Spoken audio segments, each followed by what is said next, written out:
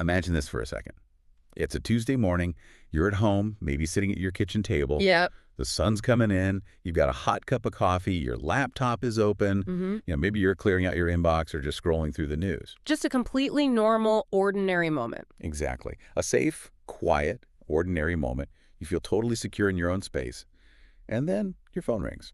It's a sound we hear, 50 times a day. It's usually just background noise. Right. You pick up expecting, I don't know, a delivery driver asking for directions, a colleague checking in on a project, or maybe a family member. It's routine. It's mundane. So you pick it up, totally casual. You might even be chewing a piece of toast. But instead of a friendly hello or, even a human voice, you were just hit with a wall of sound. Or a recorded message. A stern, robotic, almost aggressive notification blasts into your ear. And the voice tells you that your phone number, your primary connection to the entire world, your link to your bank, your email, your family, is about to be disconnected, blocked, gone. And that's just the opener. I mean, that isn't even the real threat. That's just the hook to get your adrenaline spiking right out of the gate. Right, because the voice doesn't stop there. It tells you that this disconnection is happening because of legal action. It says you're being transferred to the police, specifically the Bandra police station in Mumbai. And the reason? Apparently, your identity has been used to commit serious felony-level crimes. We're talking money laundering, we're talking harassment, illegal texts, and you are now essentially under arrest. But nobody is knocking on your door. No sirens outside. You aren't in a cell. You are under digital arrest. It sounds like the plot of a dystopian science fiction novel, doesn't it? The idea that you can be detained psychologically and virtually through a 6-inch screen in your hand. It's terrifying. You're in your own home, the door's unlocked, you could technically walk out at any moment, but your mind is in prison. That is such a chilling image. And honestly, when I first heard the term digital arrest, I admit I was skeptical. I thought, okay, surely people don't fall for this. You can't be handcuffed over Skype. You can't be put in jail via WhatsApp. We all think that. But then you look at the data, Yeah. and it is just staggering. This isn't just happening to people who are, bad at technology or disconnected from modern life. Not at all. And that is probably the biggest misconception we need to clear up right now. If you think this is a scam that only targets the elderly or the, let's say, uninformed, you are deeply mistaken. Yep. The victims include doctors, high-level business executives, software engineers, and even social media influencers who live their entire lives online. People who should know better, in theory. In theory, this is one of the most rapidly growing industrialized forms of cybercrime in the world today. It's not a prank. It's a psychological siege. It's an epidemic. And that is why today's deep dive is so critical. We aren't just going to tell you scary stories about people losing their life savings, although those stories certainly exist. Oh, they do. We are going to deconstruct the scam entirely. We are going to look at it through the eyes of someone who beat it. And we have a fascinating source for this discussion. It comes from a YouTube channel called Fight for Your Right by Shri R.M. Mishra. And the protagonist of this story isn't a victim in the traditional sense. She didn't lose money. She didn't panic. She's a lawyer. I love this part. A legal expert gets one of these digital arrest calls. And instead of panicking, instead of slamming the phone down or blocking the number, she made a conscious choice. She decided to play along. She voluntarily stayed on the line for 20 minutes. She walked into the trap on purpose because she wanted to see the mechanism. She wanted to understand the business of fear, as she calls it, from the inside out. She wanted to see their script. And in doing so, she developed a strategy that we are going to call the Nandini defense. It is this brilliant psychological jujitsu move that completely flips the script on these fraudsters. It really does. It turns the predator into the prey, in a way. It's a masterclass in critical thinking under extreme pressure. So our mission today is to walk you through her experience step by step.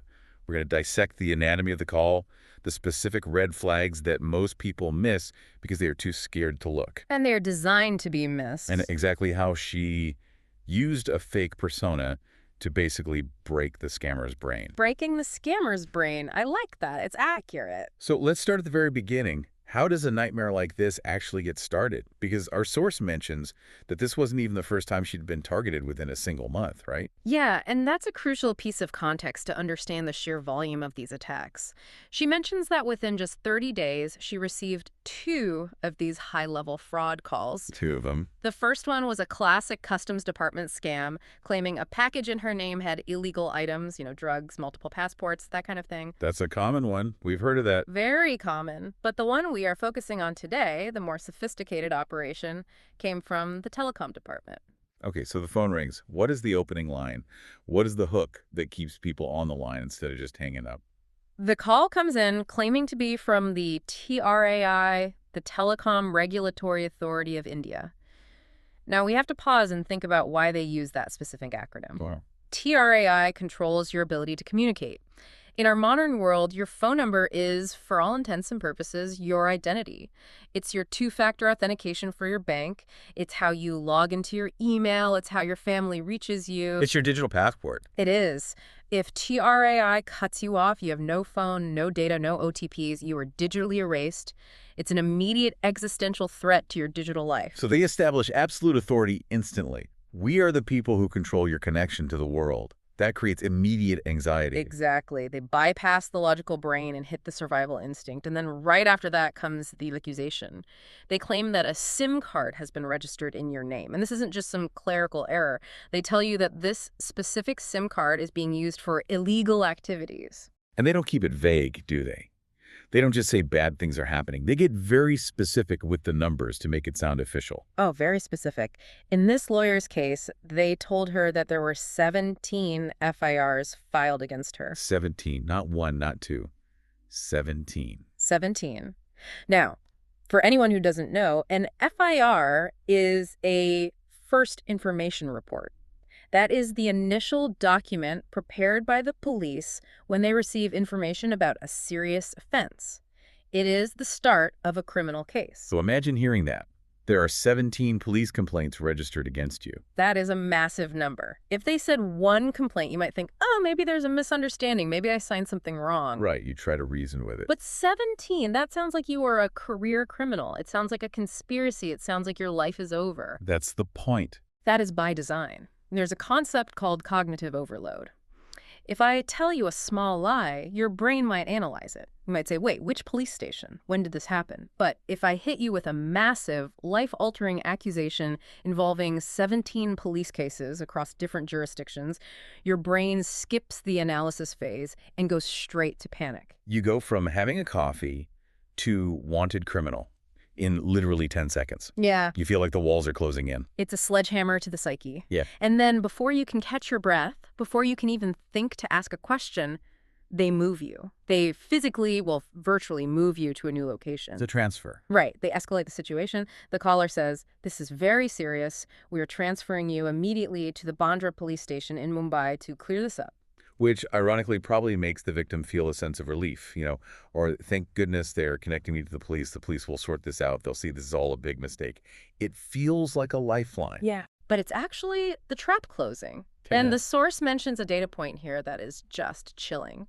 She cites news reports indicating that there are upwards of 70,000 complaints per month being registered with cybercrime about calls just like this. 70,000 a month. A month. That's an industry. That's not a crime. That's an economy. That's the population of a small city complaining every single month. It is absolutely an industrialized operation. That is not some guy in a basement with a laptop.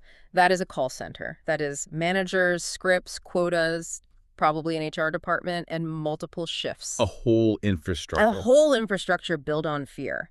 As the lawyer points out, it's a numbers game.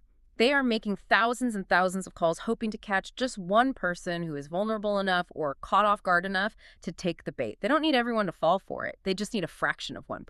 That is terrifying. So let's go back to our lawyer. She gets this call. They hit her with the 17 FIRs. They tell her she's being transferred to the Mumbai police. But here's where it gets really, really interesting. Yeah. She didn't panic. Not at all. She actually realized it was a scam in the very first sentence. This is the moment that defines the entire interaction. She spotted a logic gap that 99% of people would miss because they're too busy hyperventilating. Okay, what was the gap? What did she see that the rest of us might miss in that moment of fear? Well, think about the accusation itself. Ms. Victim, there is a SIM card registered in your name. If that statement is true, if I am an official from TRAI looking at a file that says this SIM belongs to you, What information do I possess? Well, you have my name, you have my address, you Mhm. probably have my photo ID, my KYC documents from when I registered the SIM. You have everything about me. Exactly, you have the whole file.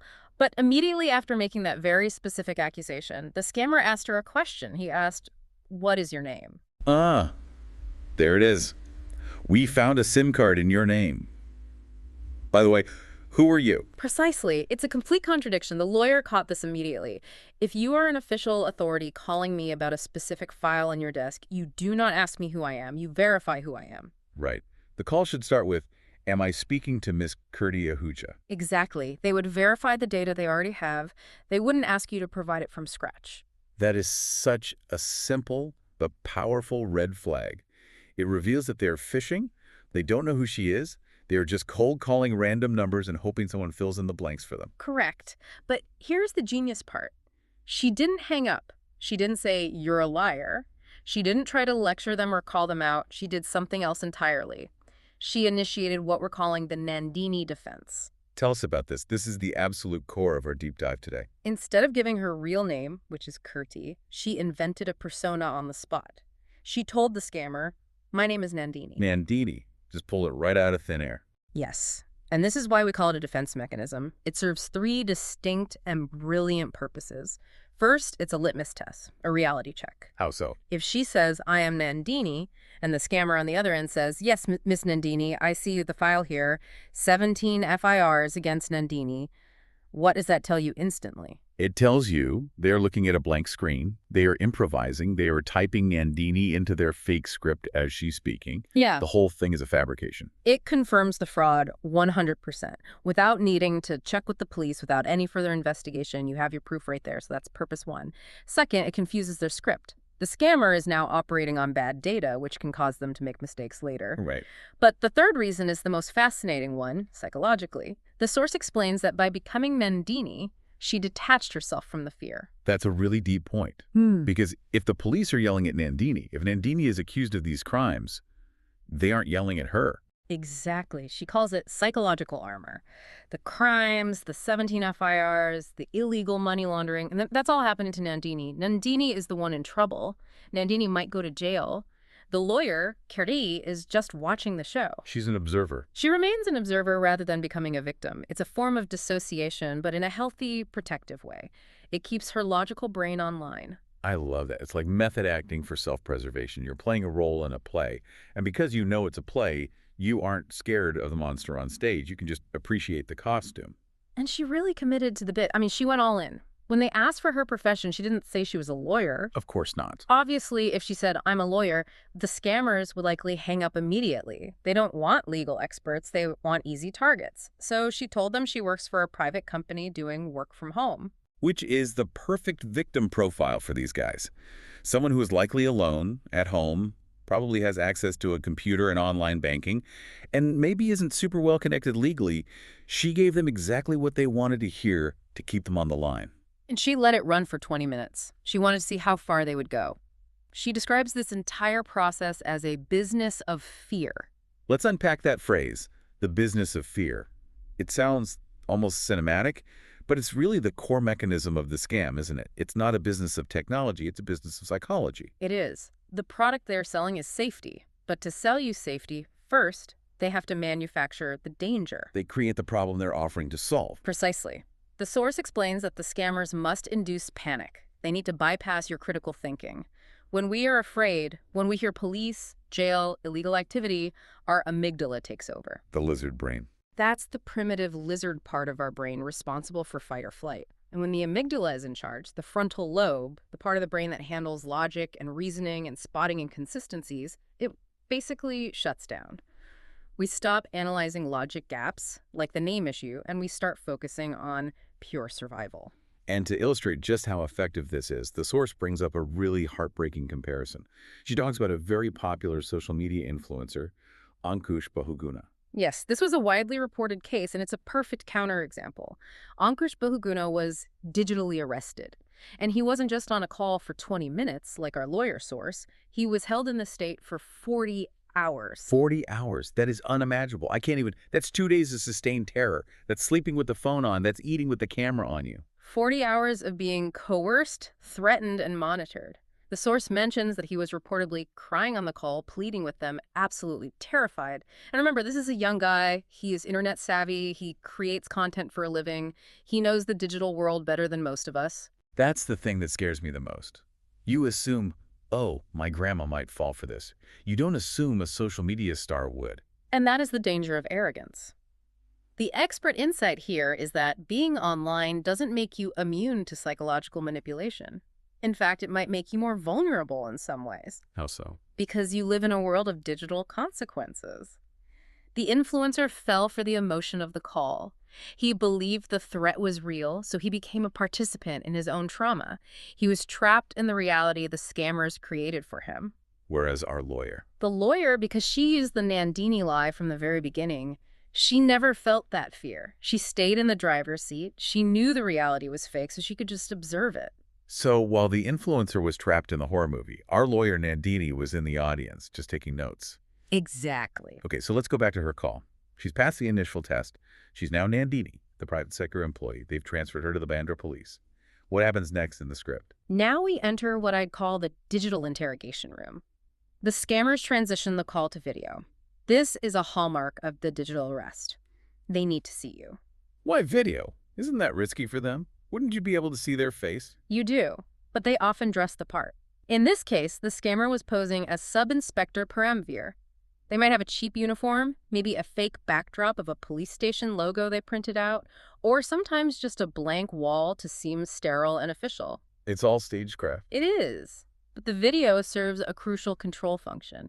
It makes you feel watched.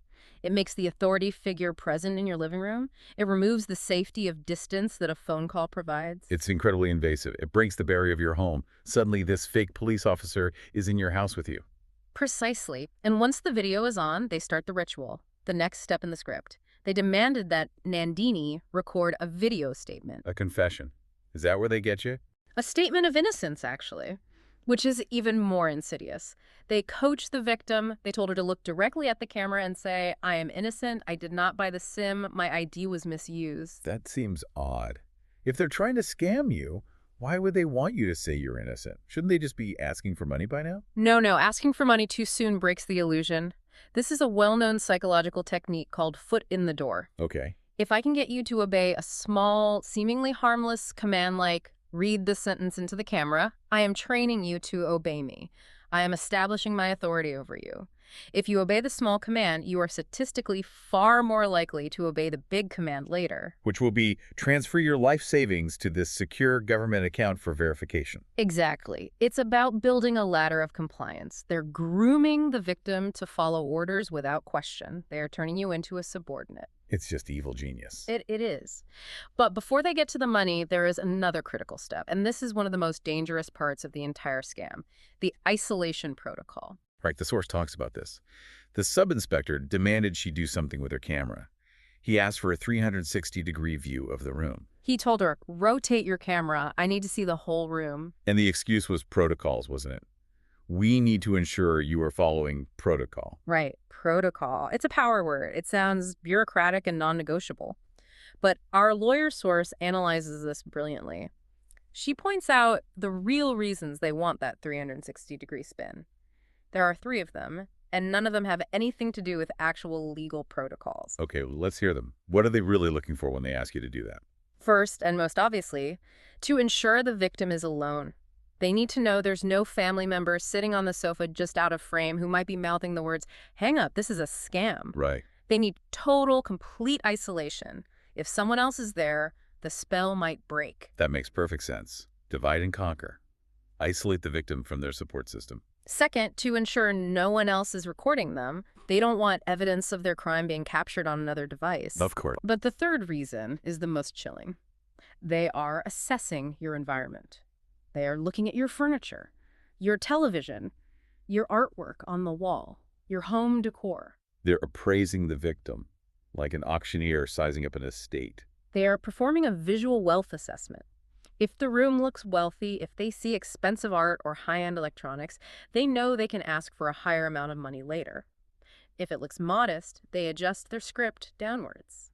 It allows them to tailor the demand to what they think you can pay.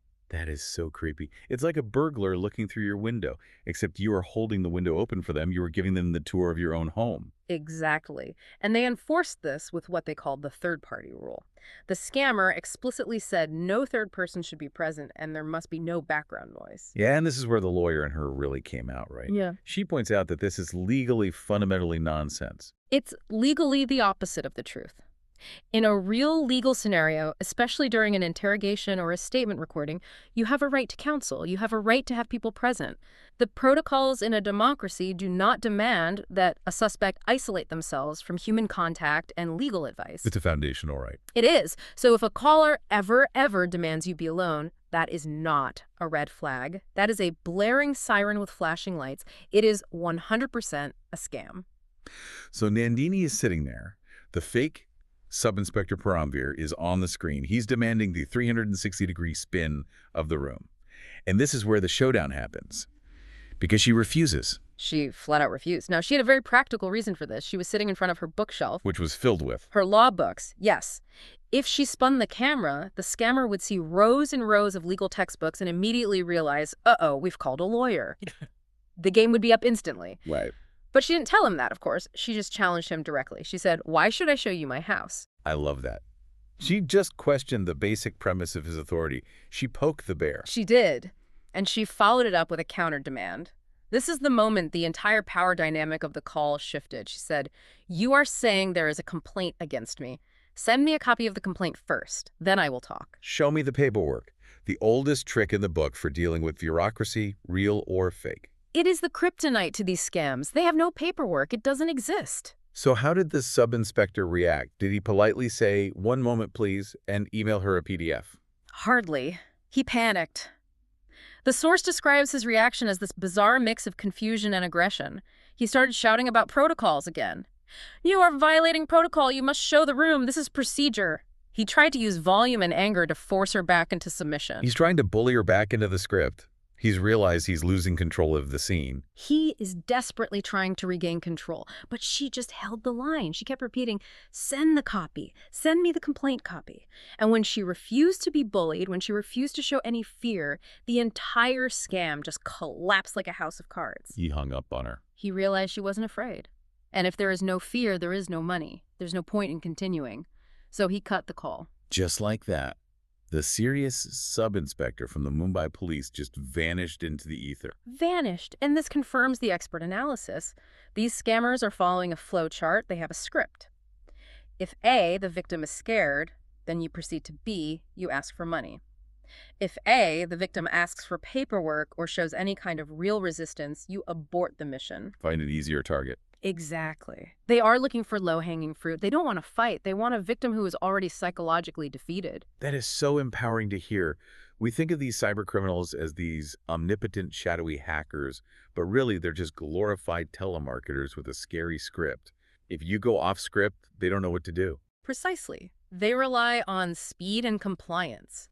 Friction, like asking for a document, destroys their entire business model. So let's summarize the red flags here because the source laid them out so clearly. Yeah. If one of our listeners gets a call like this today, what are the, say, top 3 things that should make them immediately say, "Nope, this is the Nandini situation"? Okay. Based on the source's checklist, here are the big 3, the absolute deal breakers. Number 1, unknown identity. If they claim they have a file on you, but they ask you for your name, it is fake. A real authority knows who they are calling. Right. The difference between who am I speaking to versus is this John Smith? It's a huge difference. A world of difference. Number 2, video call statements. The source is very, very clear on this. No police department, no court, no government agency in any functioning democracy records official legal statements via WhatsApp video call. It just does not happen. And they certainly don't ask you to do it while holding your phone up in your living room. Correct. If they want a statement, they will send you an official summons and you will go to the station. And number 3, isolation demands. Any request to be alone. Go to a quiet room. Don't tell your husband about this. Don't let your parents hear this call. This is the classic isolation tactic of a predator, not a police officer. It's the secret rule. Yeah. Legitimate legal trouble is never a secret you have to keep from your lawyer or your spouse. It's the opposite. Precisely. And the source also touches on the weaponization of the word protocol. We need to be very wary of this word. Scammers use bureaucratic language as a weapon. They say protocol and procedure to make you feel like you are the one breaking a rule if you dare to ask a question. But real law has protocols to protect you. That is such a good distinction. Real protocols protect your rights. They don't strip them away. Fake protocols are designed to isolate you and make you vulnerable. So the solution here isn't necessarily about buying expensive antivirus software for your phone, is it? No, not at all. The source emphasizes that technology isn't the primary fix here. It's education. It's awareness. She makes a point to say that doctors, businessmen, educated people, they're losing crores and crores of rupees. Not because they are stupid, No, absolutely not. That's a dangerous misconception. but because they lack specific awareness of the mechanism. They don't know the script. The confidence gap, as I'd call it, is what the scammers exploit. They have 100% confidence in their fake authority, and the victim has 0% confidence in their own innocence at that moment. So knowledge, like knowing about the Nandini defense, it restores your confidence. It completely flips the dynamic. When you know the script they're reading from, you can laugh at it instead of fearing it. And that brings us back to the sheer brilliance of the Nandini defense. But I really want to drill this into everyone's mind because it's not just about telling a lie, it's about testing reality. It is the ultimate reality check. It deconstructs their lie in real time. By giving a fake name, you are essentially posing a question to their system. Is this real? If the system accepts a fake input without question, you know the entire system is fake. And you can almost hear it happening. You can almost hear the scammer on the other end going, okay, Nandini, got it. Exactly. It allows you to watch the scammer process the lie. You can almost see the gears turning in their head as they write Nandini on their little notepad and incorporate it into their script. And it protects you emotionally. I think that's the part that sticks with me the most. If I'm pretending to be someone else, I'm not scared. I'm playing a game, and I'm in control of my character. And that game state is crucial. As we said, panic shuts down the brain. Playfulness, or at least a sense of detached observation, keeps the logical brain active and engaged. So the actionable advice here for our listener is actually very simple. If you get a call like this, do not engage with your real identity. Correct. If a department calls you and you have even 1% of doubt, which you should always have, invent a name. Invent a life. Tell them you're a dolphin trainer named Steve. It doesn't matter. Huh. I'd love to hear that call. But if they play along, if they say, yes, Mr. Steve, we see the FIRs against you for illegal dolphin training, you have your answer. You don't need to call the police to check. You don't need to worry for a single second. You have your proof. And please, share this tactic. The source specifically asked for this to be shared. Tell your parents. Tell your friends. Tell that uncle who panics every time he gets a spam email. Especially the older generation or those who are very compliant and respectful of authority.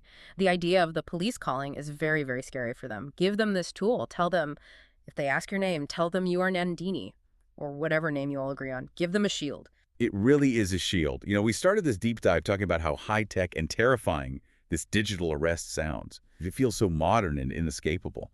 But when you really look at how this specific encounter ended, it didn't end with a sophisticated counter-hack. It didn't end with the FBI kicking down a door in some other country. No, not at all. It ended because one woman refused to turn her camera and asked for a piece of paper. It's fragile. The whole elaborate scam is incredibly fragile. It is. It relies entirely on the illusion of power. It's a prison of the mind, and the bars are made of fear.